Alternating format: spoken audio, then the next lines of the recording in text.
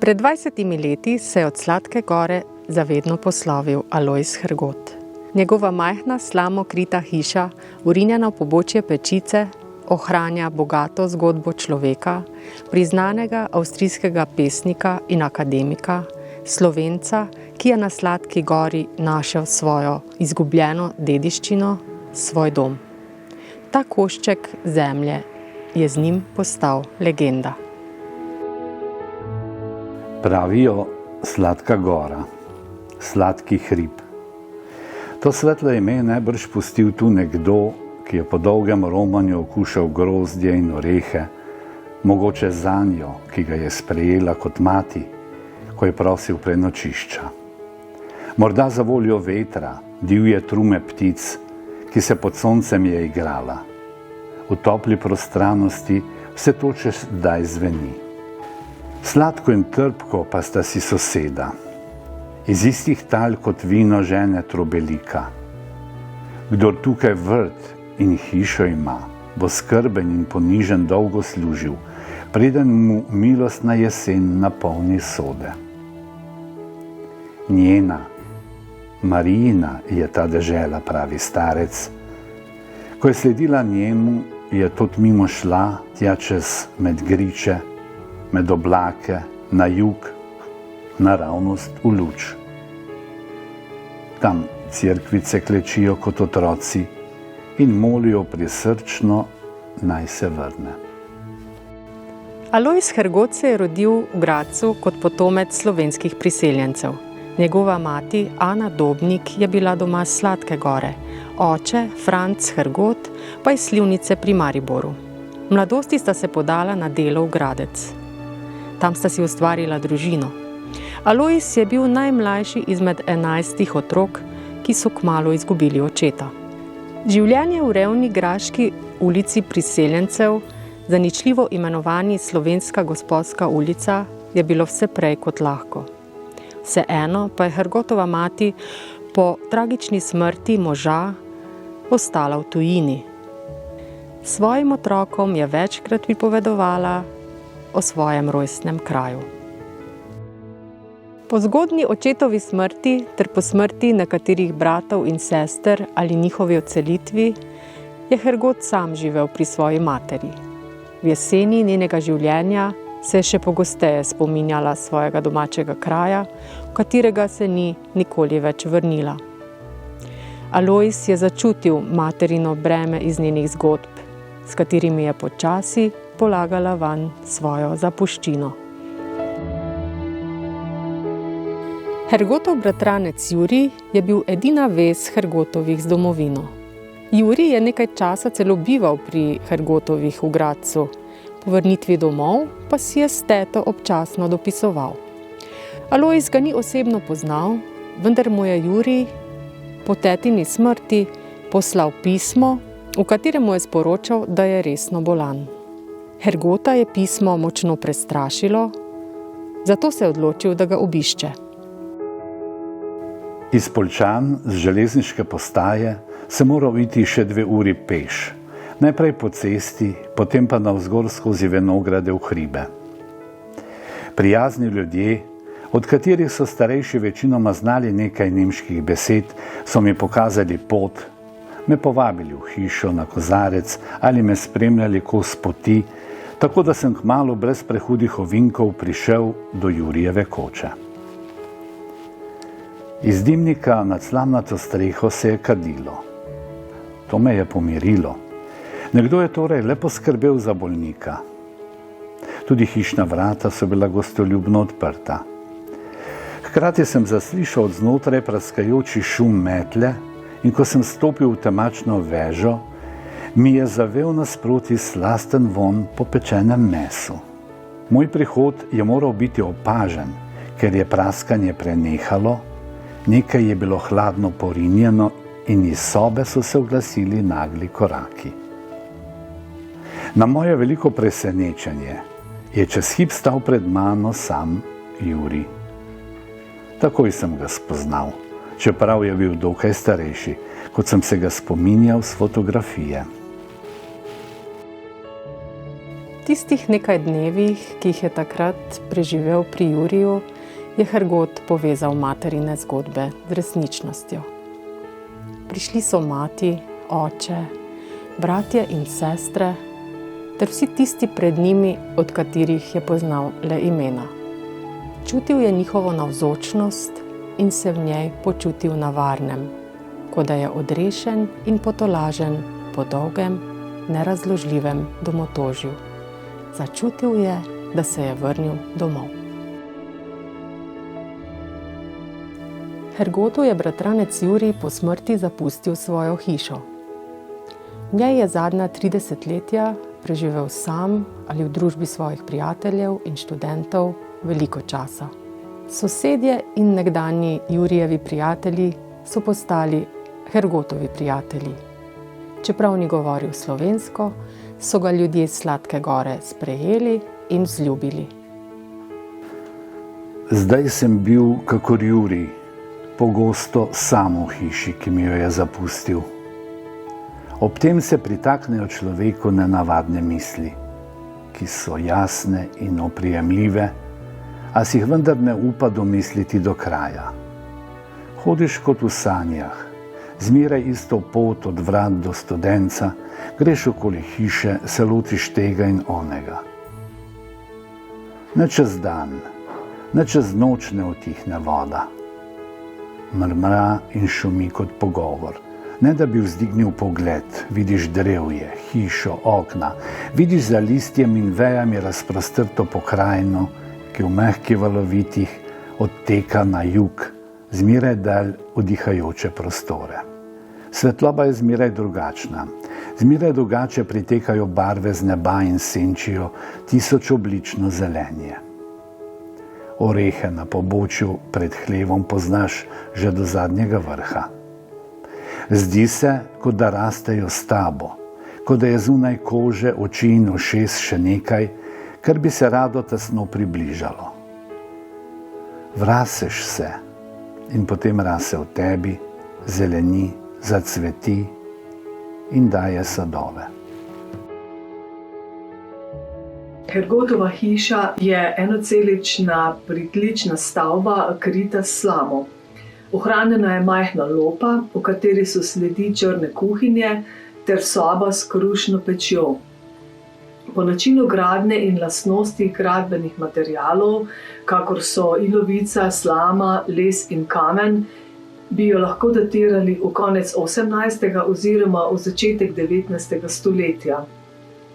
Hergot je v 80. letih 20. stoletja k hiši dozidal novi del za svoje stanovanje in kljub novogradnji je hiša obdržala historično naravo, saj je staro hišo pustil nedotaknjeno, novi del pa je prilagodil staremu strešnemu naklonu in drugim gabaritom.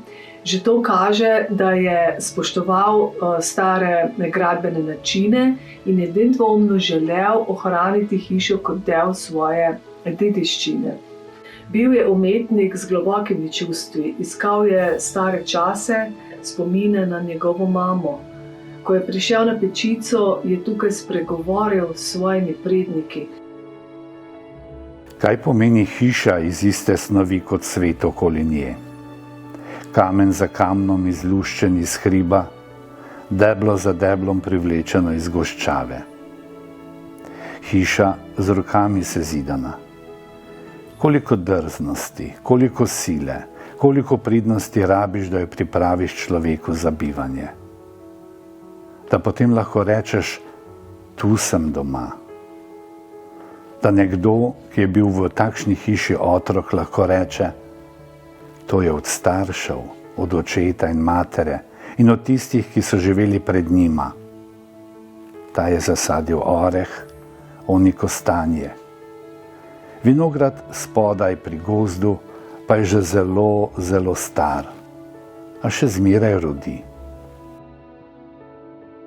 Hiša na Pečici bi morala postati del lokalne kulturno-zgodovinske in stavbne dediščine.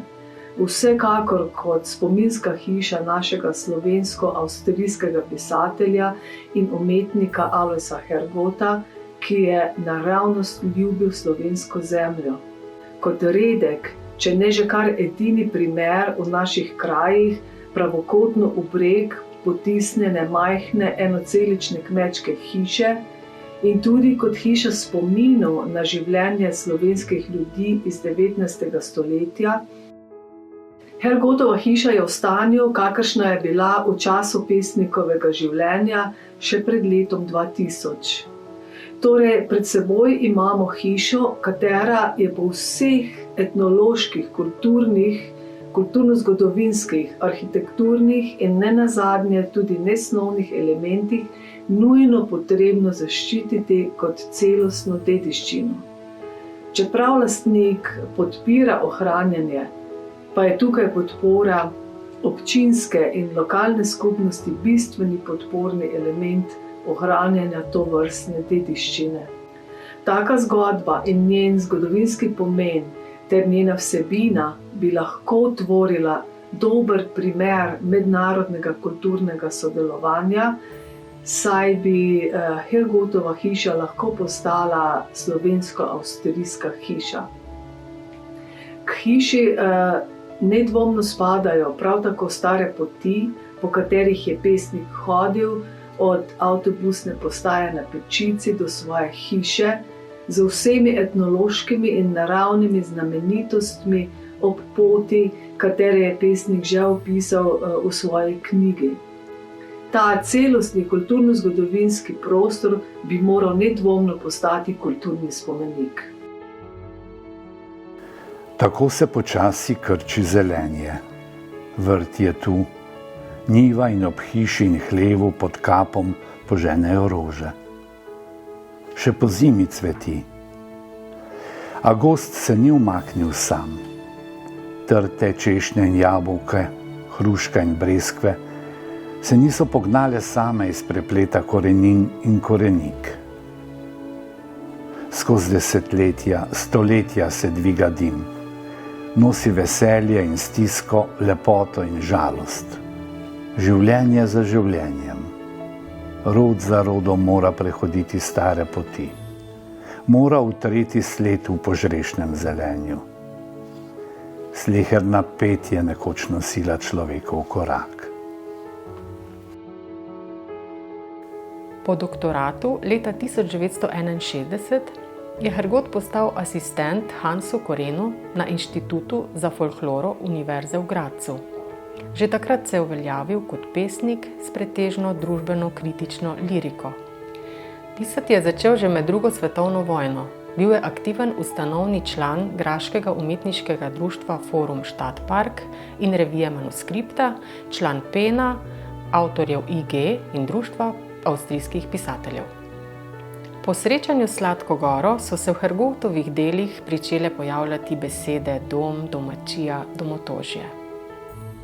Najbolj je pisatelj svoja čustva do doma razkril v zbirki črtic in spominskih zapisov Mesec med jabljanami ter pesniški zbirki Sladka gora.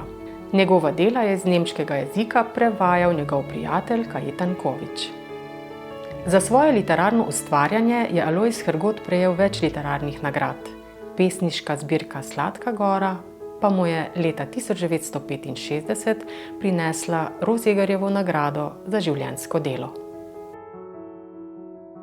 Z Alojzom Hergotom sem se prvič srečal v 80-ih letih, pravzaprav najprej neosebno, pač pa preko določenih informacij, ki sem jih dobil o njem preko raznih časopisov, literarnih zapiskov, pa tudi ena izmed oddaj na televiziji Slovenija, takrat RTV Slovenija, je bila posneta o njemu. Ko pa smo leta 1987 pripravili literarni večer in srečanje z Alojzom Hergotom, katerega se je udeležil tudi njegov prijatelj in pa tudi prevajalec njegovih del, znan slovenski pesnik Kajetan Kovič, je bilo to za naš kraj, za to območje, pa tudi za knjižnico izjemno veliko doživetje in velik dogodek. No in takrat je ta lik Alojza Hergota, ki sem ga prej, bom rekel, poznal bolj pisno, prišel do mene čisto drugače. Alojz Hergot je bil dokaj preprost človek, čeprav je bil akademik, bil je doktor etnoloških znanosti in je bil profesor na Univerzi v Gradcu In prav videlo se je, da so njegove korenine z teh krajev, če si nekako začutil ta njegov dih, ta njegovo pojavo, si nekako videl pred sabo to goro nad Sladko goro, te gozdove, te hiše in te koče, ki jih je sam tudi oboževal in seveda tudi opisoval v svojih delih. No in ta literarni večer je takrat nekako pustil vseh nas, ki smo se z njim srečali, res pomembne sledi. Zato sem tudi kasneje, ko sem opravljal funkcijo predsednika skupščine občine Šmarje pri Jelšah, se pravi še v stari občini, predlagal leta 1991, da ga imenujemo za častnega občana naše občine, se je na svoj način predstavljal naše območje v Gradcu in pa tudi v tej osrednji Avstriji. Namreč v Avstriji je bil on izjemno cenjen, visoko je kotiral kot pesnik, tudi kot znan strokovnjak z področja etnologije in je vedno govoril o svojih krajih, o krajih svoje matere, ki je bila doma iz Sladke gore oziroma Dolge gore, in o krajih okolici Maribora, odkoder je bil njegov oče. Tako da je bil ta predlog takrat soglasno sprejet in potrjen in smo decembra leta 1991 mu podelili to priznanje, ta naziv častni občan. Ko je on dobil obvestilo oziroma pismo z tem, da bo imenovan za častnega občana, je z izjemno skromnostjo želel reči: glejte, tega si pa jaz ne zaslužim. Nisem toliko naredil za te kraje kot mogoče kdo drug, vendar smo mu povedali, da je tudi njegovo delo tako pomembno, da si zasluži ta naziv. Alojz Hergot je bil nekoliko hendikepiran zaradi tega, ker ni znal govoriti veliko slovensko. Znal je samo nekaj besed, tako da ga je vedno moral nekdo prevajati, če tisti sogovornik ni znal nemščine, in je vedno ob sebi imel nekoga. Jaz pa tudi nisem bil v nemščini najbolj doma in sem vedno imel nekoga za prevoda, vendar to ni bil problem. Z njim se je dalo pogovarjati, z njim si izvedel, kako ima neskončno rad to območje, to domačijo na Sladki gori, ki jo je podedoval po bratrancu Juriju, kako je rad prihajal vsem svojimi kolegi, s profesorji z univerze v Gradcu, pravzaprav v eno preprosto kočo, če temu tako rečemo, ker niti ni bilo tistih najosnovnejših življenjskih bivalnih pogojev, vendar imeli so se lepo. Sam sem ga tudi obiskal enkrat na njegovem domu v Gradcu skupaj z sodelavci z občinske uprave in videl, da živi pravzaprav v zelo preprostem in skromnem stanovanju v predmestju Gradca, vendar je bilo v tem stanovanju toliko enih sporočilnih stvari, od polne knjižnice knjig do slik na stenah, do vsega, kar je izpričevalo, da tukaj živi znanstvenik, učenjak, nekdo, ki veliko bere, ki veliko pozna in ki tudi veliko piše. Zelo je bil vesel tega obiska, spominjam pa se tudi tega, da je v bližnji gostilni, kamor je hodil navadno jest, Alojz Hergot ni imel družine, kamor je hodil jest, je imel svoj kotiček in v tem kotičku je bilo na steni zapisano: tukaj sedi profesor dr. Alojz Hergot. In to je bilo njegovo mesto. Tako znajo tudi v Avstriji marsikje označiti prostore v takšnih gostilnah ali restauracijah ali drugih takih prostorih za ljudi, ki jih cenijo in na katere so ponosni, da so njihovi gostje. No, ta zadeva mi je bila izjemno zanimiva. Potem pa sem še enkrat kasneje udeležil tudi ene velike slovesnosti, ki so jo v Avstriji oziroma zlasti v tem delu srednje Avstrije oziroma Štajerski priredili njemu na čast, kot je bil eno najvišjih priznan za svoje delo. In takrat je tudi bil izjemno vesel tega obiska, da smo prišli tudi iz Slovenije, pravzaprav z njegovih domačih krajev do njega.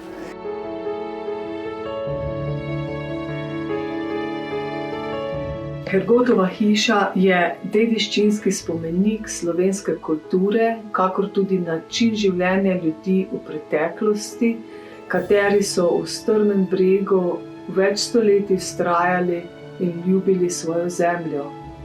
Alojz Hergot se je tega zavedal in je ohranil hišo ter majhno hribovsko kmetijo pred njenim propadom.